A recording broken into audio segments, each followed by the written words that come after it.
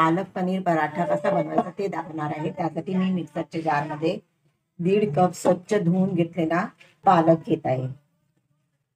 तर त्यामध्ये मी एक मीडियम साईजचा कांदा कापून टाकत आहे। 1 इंच आलं कापलेलं टाकलं आहे। 4 हिरव्या मिरच्या, तिखट तुम्ही तुमच्या आवडीप्रमाणे घ्या। 1 टेबलस्पून लसूण पाकळ्या कापून घेतलेल्या आहेत, 1 टेबलस्पून, 1 टीस्पून साखर, चवीला मीठ आणि 2-3 टेबलस्पून पाणी घालून आपण याची फाईन प्युरी करून घ्यायची आहे। प्युरी अशी आपली ग्राइंड झालेली आहे, एकदम फाईन वाटून घ्यायची आहे। याच्यामध्ये कण वगैरे अजिबात राहता कामा नये। आपण 2 कप गव्हाचं पीठ घेऊन त्याच्यामध्ये ही प्युरी घालून पीठ मळून घेणार आहोत। 1 वाटी मी गव्हाचं पीठ घेतलं आहे आणि ही दुसरी वाटी। आता पिठामध्ये आपण चवीला मीठ घालायचं आहे, तसं आपण प्युरीमध्ये पण टाकलेलं आहे, जास्त मीठ टाकायचं नाहीये। आता ह्यामध्ये आपण जी प्युरी आपण करून घेतली ती प्युरी याच्यामध्ये घालणार आहोत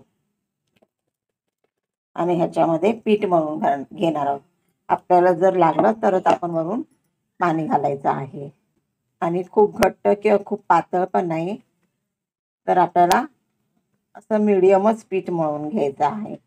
आपलं पीठ मळून झालेलं आहे आणि आता हे जे पीठ आहे ते हे बघा असं थोडंसं मीडियम मळलेलं आहे। ते आपण आता मुरत ठेवायचं अर्धा तास, मग ते चांगलं सॉफ्ट होईल। तर आता हे पीठ मी झाकून मुरायला ठेवत आहे अर्धा तास।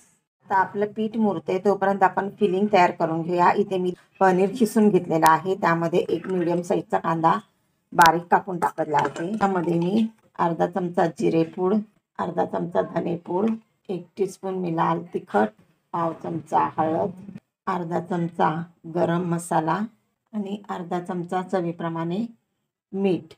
आता हे घालून सर्व आपण मिक्स करून घ्यायचं आहे। हे आपलं फिलिंग तयार झालेलं आहे।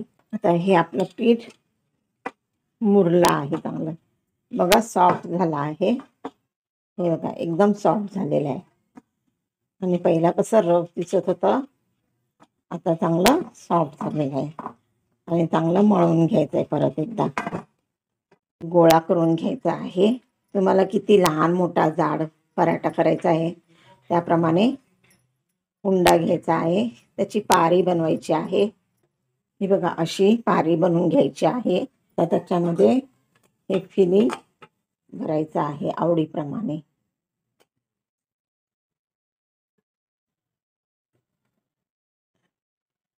हे मी 2-3 चमचे भरलेले आहेत, तुम्ही तुमच्या आवडीप्रमाणे भरा आणि आता हे फिलिंग याच्यामध्ये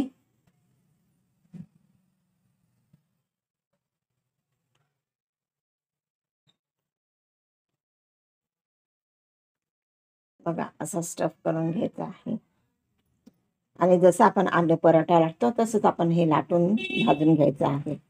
आता मी तुम्हाला पराठा लाटून दाखवत आहे।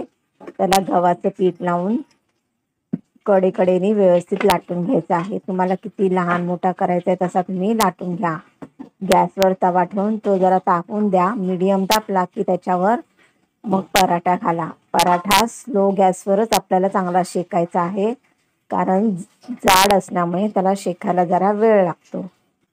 एका बाजूने जरा भाजला पराठा की तो पलटी करायचा आहे। लो गॅसवरच चांगला तो आपण भाजून घ्यायचा आहे। पराठा चांगला दोन्ही बाजूनी भाजल्यावरच त्याला तुम्ही तेल, तूप किंवा बटर लावा।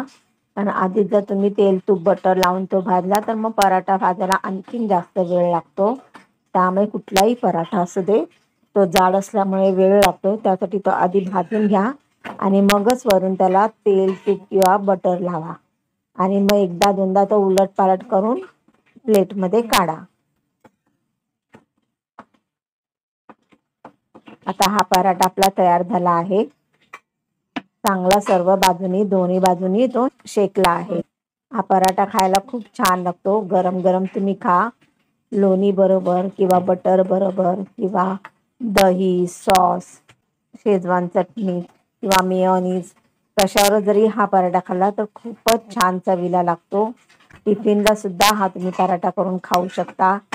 नाश्त्याला करून खाऊ शकता, भूक लागली तर मधल्या वेळेत खाऊ शकता, डिनर लंच कधीही कोणत्याही टायमाला तुम्ही हा पालक पनीर पराठा करून खाऊ शकता। पालक पराठा, मेथी पराठा, आलू पराठा ह्याचे सुद्धा व्हिडिओ आहेत, तर त्याची लिंक मी डिस्क्रिप्शन बॉक्समध्ये देईल, तुम्ही ती नक्की बघा। आता आपला हा पराठा शेकला आहे, मी प्लेटमध्ये काढत आहे।